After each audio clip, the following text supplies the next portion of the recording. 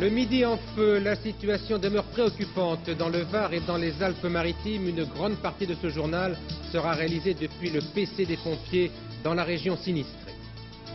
Au moins 2000 morts au Cameroun. Un gaz toxique qui s'échappe d'une poche volcanique, c'était imprévisible. Les secours commencent tout juste à s'organiser. La nuit de Prince à Paris, un concert un seul au Zénith, c'est la révolution. Et puis ce lundi 25 août, il y a maintenant 521 jours que Marcel Carton et Marcel Fontenaine sont détenus au Liban.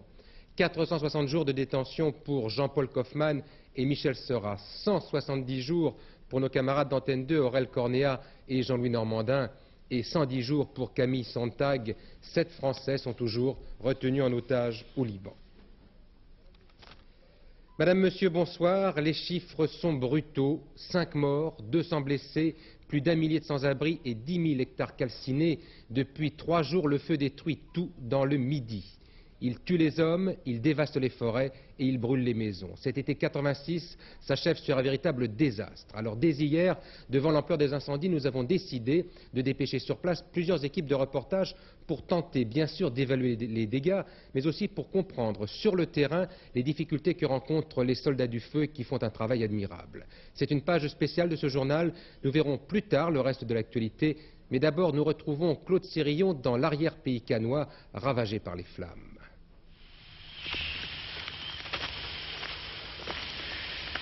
Bonsoir Bernard. Pour cette édition spéciale sur les incendies qui ravagent le Midi de la France, nous avons choisi cette commune d'Auribeau. C'est entre Cannes et Grasse. Et cette commune a connu samedi soir, en un peu moins de 8 heures, un véritable désastre. Plus de 80% de la commune détruite par le feu. Aujourd'hui, cela s'est un peu calmé. Vous voyez le reportage de Nicolas Jacobs et Jean-François Hoffmann. Quelques instants de détente. Pour la première fois depuis 48 heures, les pompiers se reposent. Ici, au PC Feu de Grasse, comme dans l'ensemble des 3 départements du Var, des Bouches-du-Rhône et des Alpes-Maritimes. Le calme après une nuit d'enfer. Ce sont les Alpes-Maritimes qui ont été le plus touchés, attisés par un vent fort et très probablement par des pyromanes. 3 foyers se sont développés à grande vitesse. Sur les hauteurs de Cannes, autour de Grasse et à Lucéram, au nord de Nice. Près de 1000 hommes mobilisés. Dans les Bouches-du-Rhône, un pompier volontaire de 17 ans a trouvé la mort. Son camion a été littéralement happé par les flammes. Ce n'est qu'à l'aube que les principaux foyers d'incendie ont été maîtrisés. Ce matin, on pouvait contempler ce triste spectacle, ces paysages calcinés. Un premier bilan encore provisoire, plus de 7000 hectares réduits en cendres et surtout 5 morts et 40 pompiers blessés. Quant aux maisons détruites, elles ne sont pas encore recensées. Toute la journée, les pompiers sont intervenus pour éteindre ou au moins contenir des feux renaissants. Malgré l'amélioration de la situation, l'inquiétude reste grande. Tout dépend de la météo. Tout dépend le vent. L'ennemi principal chez nous, c'est le vent.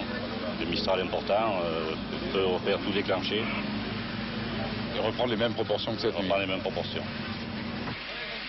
Les renforts continuent d'affluer ici à Cannes. 300 pompiers supplémentaires sont arrivés cet après-midi. Venus de toute la France, ils vont renforcer les 1200 hommes déjà sur le terrain. Une centaine d'autres doivent arriver cette nuit. Ils ne seront pas de trop. 2 incendies viennent de reprendre, l'un sur les hauteurs de Cannes, l'autre à Lucéram. On s'apprête ici à vivre une 3e nuit de braise. On vient de le voir, la situation évolue plutôt favorablement, encore faut-il rester très prudent. Colonel Claude Catalayoud, vous avez en charge la surveillance de l'ensemble de ce territoire dévasté actuellement par le feu. Alors, est-ce qu'il y a, selon vous, un risque de reprise du désastre ? Un risque de reprise du désastre, ce qui a été brûlé ne brûlera pas, c'est certain. Mais il y a une chose dont on se méfie par-dessus tout dans cette région, c'est le Mistral. Et le Mistral vient toujours du Var vers chez nous. Et il est évident que c'est dans les parties nord du département que nous avons le plus de crainte. Vous craignez le Mistral, vous craignez des actes criminels ? Si on peut appeler ça. Un feu, mettez-vous en contemplation devant un tel bois, il ne brûlera pas tout seul. Alors, moi je veux bien qu'on me raconte tout ce qu'on veut sur le tesson de bouteille et tout ce que vous voudrez, mais je dis qu'un feu ne part pas tout seul et je crois que de ce côté-là, il faut être plus que vigilant et puis il faut que chaque citoyen un petit peu dans ce pays prenne ses responsabilités. Alors c'est ça, qu'est-ce qu'on peut faire, notamment pour vous aider avec vos hommes qui risquaient une partie de leur vie ? Et il y a plusieurs choses à faire. Lorsque l'incendie a éclaté, d'abord, ce qu'il faudrait, c'est que les gens ne traînent pas sur les lieux du sinistre. sinistre et soit là à tourner en touriste, faire la photo de vacances. Je dois vous avouer que ça nous gêne énormément, ça nous retarde et nous sommes obligés de prendre des risques supplémentaires parce qu'en plus de ça, il faut s'occuper bien des fois de personnes civiles et nous avons vu le cas où des gens en voiture se font prendre par le feu. Donc j'estime que ces gens feraient mieux de repartir sur le bord de mer et puis terminer, on n'en parle plus. Et puis maintenant, en ce qui concerne la période avant le feu, il y a toute la prévention que nous connaissons, à savoir l'entretien des propriétés, le débroussaillage à proximité des maisons, il y a tout ça. Et ça, je crois que ce n'est pas le travail du dernier moment, il faut y penser longtemps à l'avance. Merci colonel. On va voir avec le reportage de Pascal Deschamps comment vous et vos hommes avez lutté contre le feu, notamment la nuit dernière. Le feu, là où on ne l'attendait pas. Il y a 5 minutes, ici, tout était calme. Ça dure comme ça depuis 48 heures. On croit que le foyer a pu être vaincu et le vent emporte à quelques centaines de mètres de là des flamèches qui vont à nouveau tout embraser. Ce qu'il faut rester, c'est vigilant sur cette ligne-là et surveiller toute amorce de démarrage sur l'herbe. 48 heures que plusieurs centaines de pompiers sont ballottés au gré des caprices du vent d'un foyer à l'autre sur un front de plusieurs dizaines de kilomètres de long. Chaque fois, c'est la même course contre la montre. Cette nuit-là, il avait fallu faire revenir d'urgence une poignée de pompiers, des volontaires, qui n'ont pu s'attaquer au brasier qu'avec l'aide de la population. Des pompiers qui venaient d'échapper quelques heures plus tôt à un autre brasier. On a été encerclés par le feu, on était obligé d'abandonner la lance et heureusement qu'il est arrivé un collègue par-dessus, il nous a tiré l'établissement, autrement on brûlait tous. Et on a réussi à préserver les deux villas là, qui étaient juste au-dessus, mais le feu nous a gagné un peu plus loin. Parce que le vent a tourné, quoi. On était pratiquement maître de la situation et puis une bourrasque de vent qui était tout à fait à l'opposé nous a fait redémarrer un brasier monumental. On fait ça parce qu'on se rend utile à la société. Et vous savez, on est 220 000 pompiers en France, il y a 20 000 professionnels pour 200 000 volontaires. Alors, généralement, quand ça sonne, puis on a ça dans le ventre, c'est difficilement explicable. On ne tient plus à la maison quand ça sonne. Depuis 2 jours, des dizaines de pompiers ont été blessés. Brûlures, intoxication. Ceux-là n'avaient ni mangé, ni dormi. Comme les 1000 autres pompiers présents sur le terrain, ils attendaient des renforts venus de Paris, des renforts qu'il va falloir accueillir et même aider, le temps pour eux de s'habituer au piège des incendies de forêt. Le travail des pompiers est loin d'être terminé. Monsieur le maire, monsieur Jacques Varone, vous avez, vous, une commune totalement sinistrée. Alors, je vais vous demander l'état moral de vos concitoyens ici. Eh bien, vous savez, c'est l'abattement. C'est l'abattement parce que pour nous, c'est vraiment une catastrophe. Vous avez vu que notre territoire est brûlé, vous venez de le dire, totalement à plus de 80%. Quelques-unes des personnes qui vous entourent ont eu totalement... Totalement. Vous avez monsieur Felden, qui est mon collègue au conseil municipal aussi, qui habite le quartier de Clavarie, qui a eu malheureusement sa maison totalement sinistrée, totalement brûlée. Vous avez aussi à côté de nous monsieur Borde, qui a sa maison très gravement brûlée. Et pour toutes ces personnes-là et d'autres personnes qui sont sur notre commune, eh bien c'est vraiment dramatique. Alors qu'est-ce qu'on peut faire? Est-ce que maintenant on peut parler tranquillement de prévention? Est-ce que c'est déjà le moment? Eh bien écoutez, il est certain que prévenir c'est important. Et là maintenant en parler, je dirais c'est trop tard.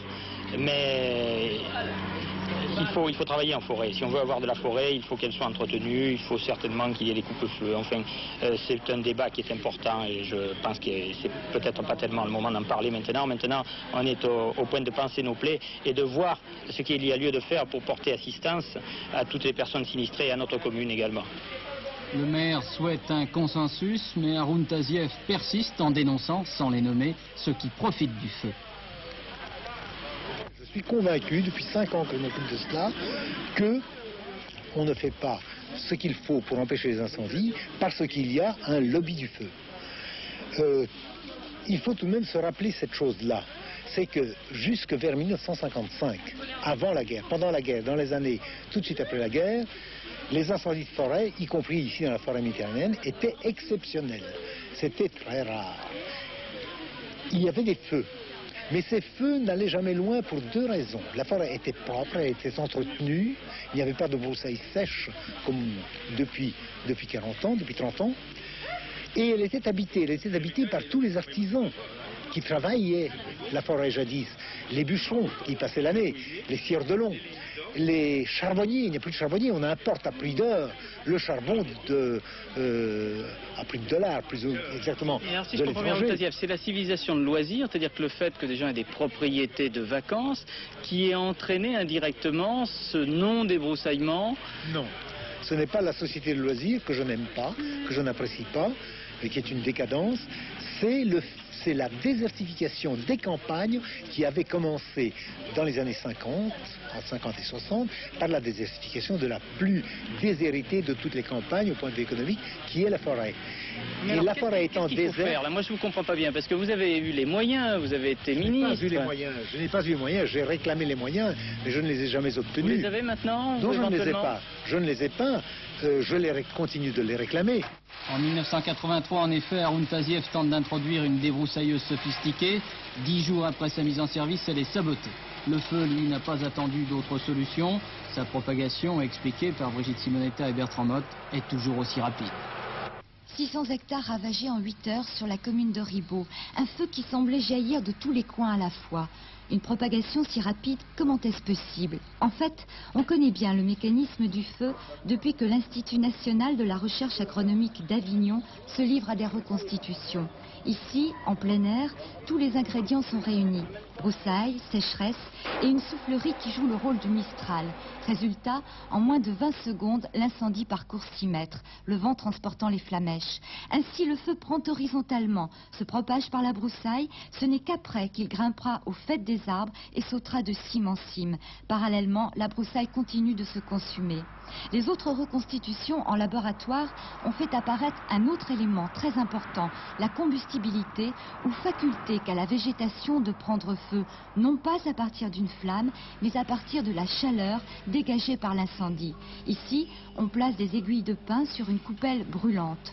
Cette chaleur intense précède les flammes de plusieurs centaines de mètres et persiste bien après l'extinction. Aussi est-il très délicat de dire que tout est terminé. La nuit dernière, sur la commune de Valcluse, tout a brûlé. Ces images ont été prises à midi. La broussaille a disparu, se transformant en braise. La chaleur n'attend plus qu'un coup de vent pour se transformer en flamme. Nous sommes restés 10 minutes, le vent s'est levé, le feu est reparti. Il faudra rester vigilant jusqu'au bout, au bout de l'été, de la sécheresse, de la chaleur. Et le feu vit toujours sous la terre noircie de ces collines. Ici, nous sommes dans une exploitation agricole, une exploitation où l'on élève des poules. Regardez ce que sont devenues les poules après le passage du feu. Pour la plupart asphyxiées, les autres sont restées coincées dans leur cage. Elles attendent peut-être de l'eau dans les prochaines heures. Mais ces poules seront sans doute plusieurs certaines à être victimes du feu. Et le feu vit toujours, et vit toujours grâce au vent, et pas d'amélioration, Brigitte Simonetta, pour demain. Non, non, non, non, les conditions météorologiques sont très mauvaises, j'allais dire, le vent, ce terrible vent qui ne s'arrête pas. Je crois que l'été est caractéristique de cela, ce vent qui se renforce dès ce soir et qui se renforcera encore demain. Il vient du sud, ça n'est plus du tout le Mistral, c'est un vent qui provient d'une dépression qui est située sur l'Atlantique et les vents tournent dans le sens inverse des aiguilles d'une montre, donc un vent qui vient du sud, qui soufflera en moyenne à 45 km/h, mais qui pourra atteindre 50-60 km en rafale. Et puis, un ciel clair sur tout le sud-est et sur la Corse, c'est-à-dire pas de pluie. Il y aura bien une perturbation qui va passer, mais elle intéressera surtout les régions qui vont de l'Est au Massif central jusqu'aux Pyrénées. Là, les nuages seront nombreux, il y aura de la pluie et des orages. Il y aura aussi des nuages relativement nombreux sur tout le nord-ouest, alors que des éclaircies en cours de journée reviendront sur le flanc atlantique. Et puis, les températures, elles sont en baisse, elles ne correspondent plus du tout aux normales saisonnières, surtout sur la moitié nord, où elles iront de 16 à 22 degrés, et sur la moitié sud de 24 à 28 degrés. Donc, à retenir, sécheresse, toujours pas de pluie sur le littoral méditerranéen, et le vent qui fait des dégâts. Et puis, je crois qu'il est important, Claude, de rappeler qu'il faut faire vraiment attention à ces petites négligences de la vie quotidienne. C'est vrai qu'on ne fume pas en forêt, qu'on ne jette pas son mégot de la voiture, et qu'on ne pique-nique pas. Il vaut vraiment mieux pas, parce que les conséquences, on le sait, sont catastrophiques. Voilà, ultime conseil pour la fin de cette édition dans l'arrière-pays de Cannes, après le désastre provoqué par le feu. C'est à vous, Bernard Rapp. Merci Claude. Voilà donc pour cette page spéciale consacrée aux incendies de forêt qui ravagent depuis maintenant 3 jours le sud de la France, Alors, à l'origine du feu, il y a, vous l'avez entendu à l'instant, des accidents, des négligences, mais aussi, on vous le disait tout à l'heure, beaucoup, en tout cas beaucoup trop de malveillance. Et bien justement, tout à l'heure, Robert Pandreau annonçait de nouvelles sanctions à l'encontre des pyromanes. Monsieur Pandreau. Il y a des incendiaires, qu'ils soient imprudents, qu'ils soient pyromanes. Et pour ceci, nous avons bien l'intention de renforcer l'arsenal répressif. Avec une idée qui, je crois, est nouvelle, c'est pour ceux qui seront condamnés, faire effectuer leur incarcération pendant les mois d'été, c'est-à-dire les mois pendant lesquels les risques qu'ils font courir à la société sont les plus importants. Il ne sert à rien d'incarcérer un incendiaire pendant les mois de janvier, février, mars, il n'y a aucun risque. Mais pendant les mois d'été, oui. Alors s'ils sont condamnés à 1 an de prison, si notre projet est voté par les assemblées, ils passeront 4 saisons d'été privés de leur plaisir morbide. Il y a au moins 2000 morts et le bilan est sans doute plus lourd encore au Cameroun, des émanations de gaz toxiques qui se sont abattues sur des villages du nord-ouest à la suite probablement d'un mouvement de terrain. La catastrophe s'est produite vendredi dernier, mais dans une région lointaine et les secours commencent tout juste à s'organiser. Roland Sicard.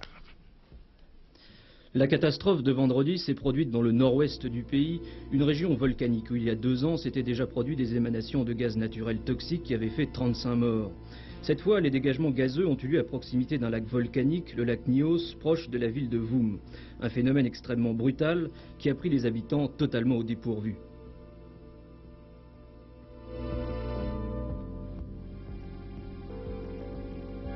Une chaîne de solidarité camerounaise est mise en œuvre rapidement pour acheminer de la nourriture vers le nord-ouest.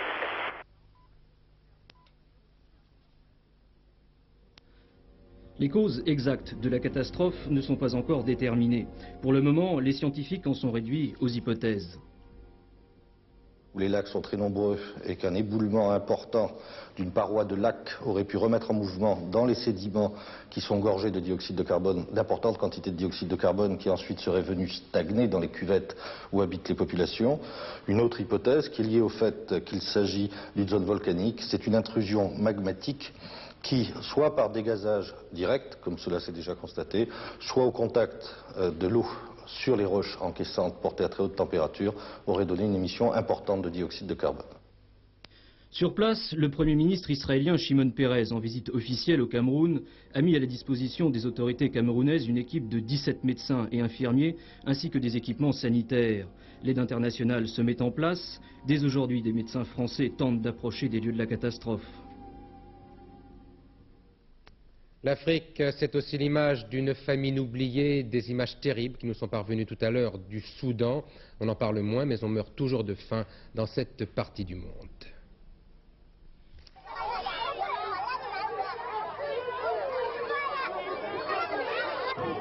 On pouvait penser, espérer ne plus jamais revoir ces images. Les frontières de l'horreur viennent d'être dépassées. Pourtant, depuis des mois, les informations se précisent. Une famine terrible sévit au Soudan. Sans l'image, les mots souvent sombrent dans l'indifférence et l'oubli.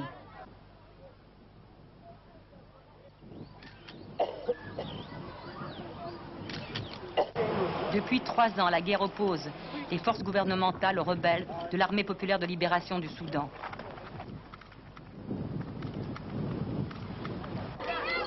Récemment, 17 organisations humanitaires, dont l'UNICEF et Médecins sans frontières, ont lancé un appel à une trêve de la faim pour mettre en place de toute urgence un plan d'aide aux populations affamées du Sud.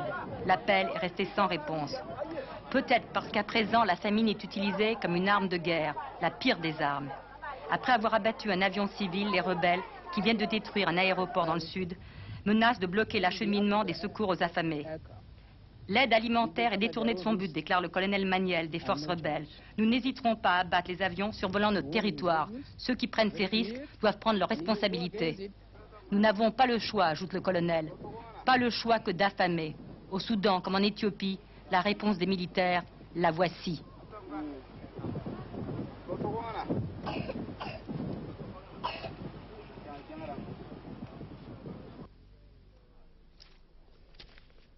Des nouvelles d'une autre planète maintenant, avec l'actualité politique en France. La grosse affaire de ces dernières semaines, c'était le redécoupage électoral avec deux indications. Aujourd'hui, d'abord, le projet d'ordonnance élaboré par Charles Pasqua vient d'être remis aujourd'hui au Conseil d'État. Et l'on connaît dans le détail les avis et les observations de la commission des sages qui a examiné ce texte. Des avis, des observations dont Charles Pasqua dit avoir fait le plus grand cas. En voici maintenant le détail avec Pascal Guimier.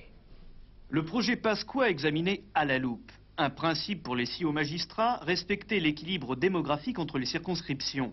Feu vert pour 39 départements et territoires d'outre-mer. Les 6 sages n'ont rien trouvé à redire. En revanche, la commission a retouché la copie pour 63 départements, soit un peu moins de 200 circonscriptions.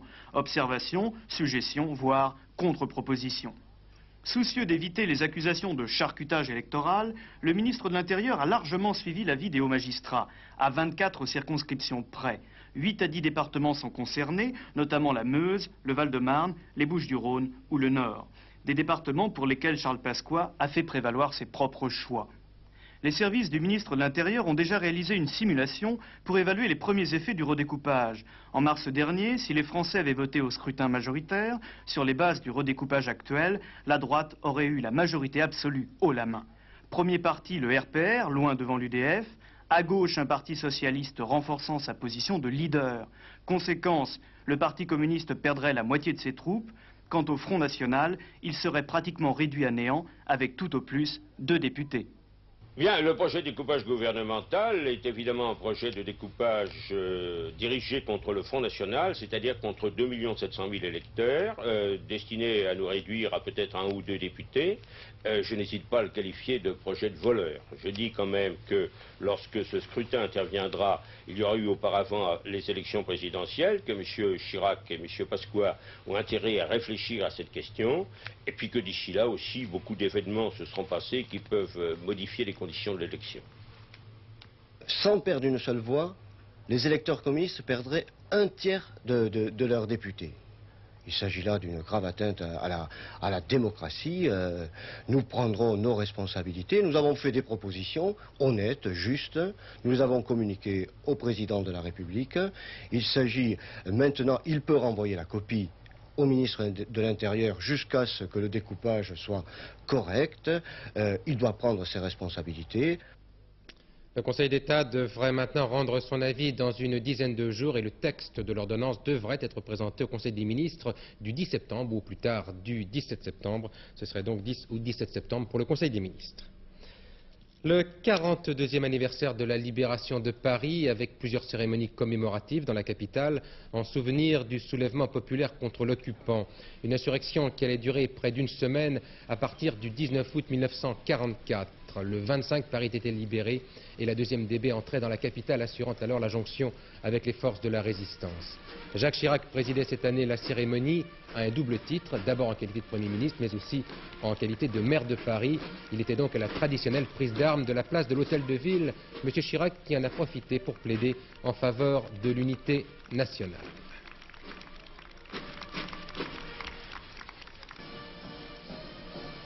En cette journée où nous rendons hommage à ceux qui ont combattu et délivré Paris, redonnant à la France son rang de grande nation libre, indépendante et souveraine, formons le vœu que de tous les sentiments suscités par cet épisode glorieux de notre histoire, il en soit un qui domine tous les autres. Celui de l'attachement à l'unité nationale dans la fidélité à l'exemple de ces combattants rassemblés par la fraternité qui fait naître l'amour de la patrie. François Mitterrand rencontre demain en Allemagne le chancelier Kohl. C'est une visite privée dont on ne sait à peu près rien ce soir. Une visite privée qui sera quand même assortie d'une conférence de presse à Francfort. En Corse, confirmation du scrutin précédent, le RPR Pierre Pasquini et le MRG Émile Zuccarelli ont retrouvé leur siège de député à l'issue du scrutin d'hier. C'était en Haute-Corse.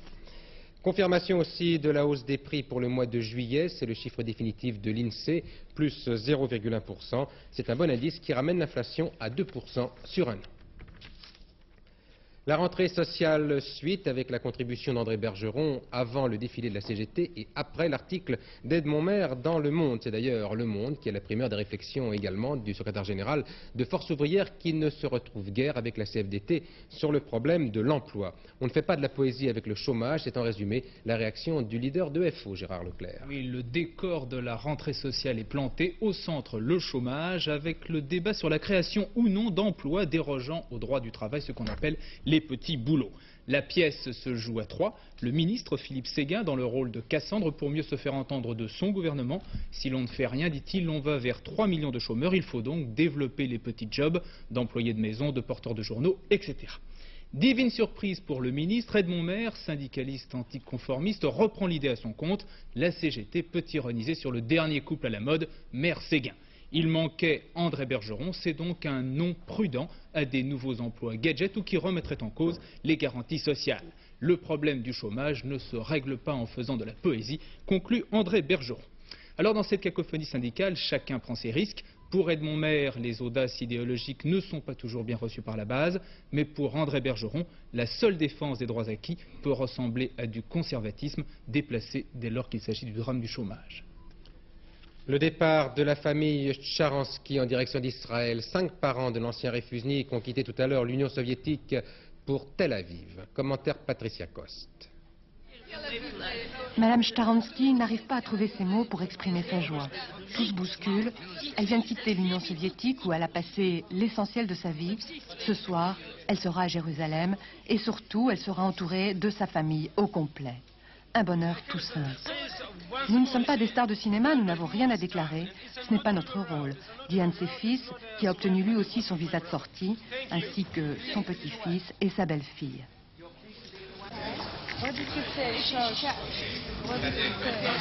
Dehors, Madame Sharansky a retrouvé Tolia, Anatoly Sharansky, dont le visage est maintenant célèbre. La réunion de cette famille était prévue et fait partie de l'échange de prisonniers qui a permis la libération de Sharansky en février dernier. Mais à Moscou, en Union soviétique, avec les amis qui étaient venus dire adieu à Sharansky, restent 400 000 juifs qui ont, eux aussi, demandé à émigrer. Quand la voiture fabrique des sauvages, un automobiliste est mort hier soir abattu devant toute sa famille. Un automobiliste marocain abattu devant toute sa famille par 2 brutes qu'il avait coincés sur l'autoroute qui va de Bayonne à Bordeaux. Le véritable meurtre d'un homme qui n'avait probablement fait qu'une fausse manœuvre. Homme ou mutant, Prince règne ce soir sur la ville. Un concert, un seul à guichet fermé pour ce chanteur adulé. Des places qui se vendent au marché noir, un concert qui devrait faire date, car Prince n'a pas le droit de décevoir, c'est le prix de sa folie. À une demi-heure du lever de rideau, voici les impressions d'Agnès Poirier et de Yves Breu. Une limousine au rideau tiré et rien de plus. Les bruits les plus fous courent sur lui. Caprice de star, extravagance, odeur de soufre. Prince joue ce soir à Paris pour 6 000 privilégiés qui, après des heures d'attente, ont enfin réussi à se procurer une place.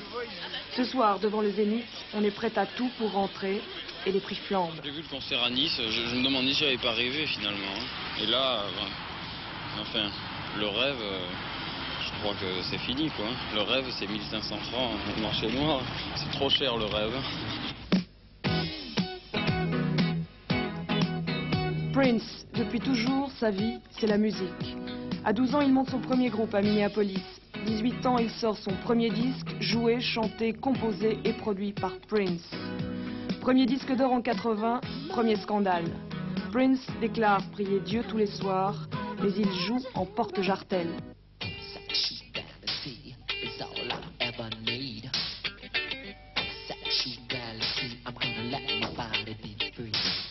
C'est le premier qui a parlé de Dieu et de la sexualité d'une façon très différente.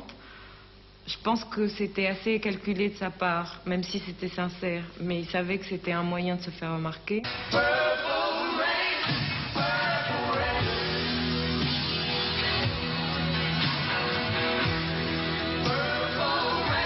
Purple Rain en 84 a fait de lui une star, un film culte et plus de 10 millions d'albums vendus.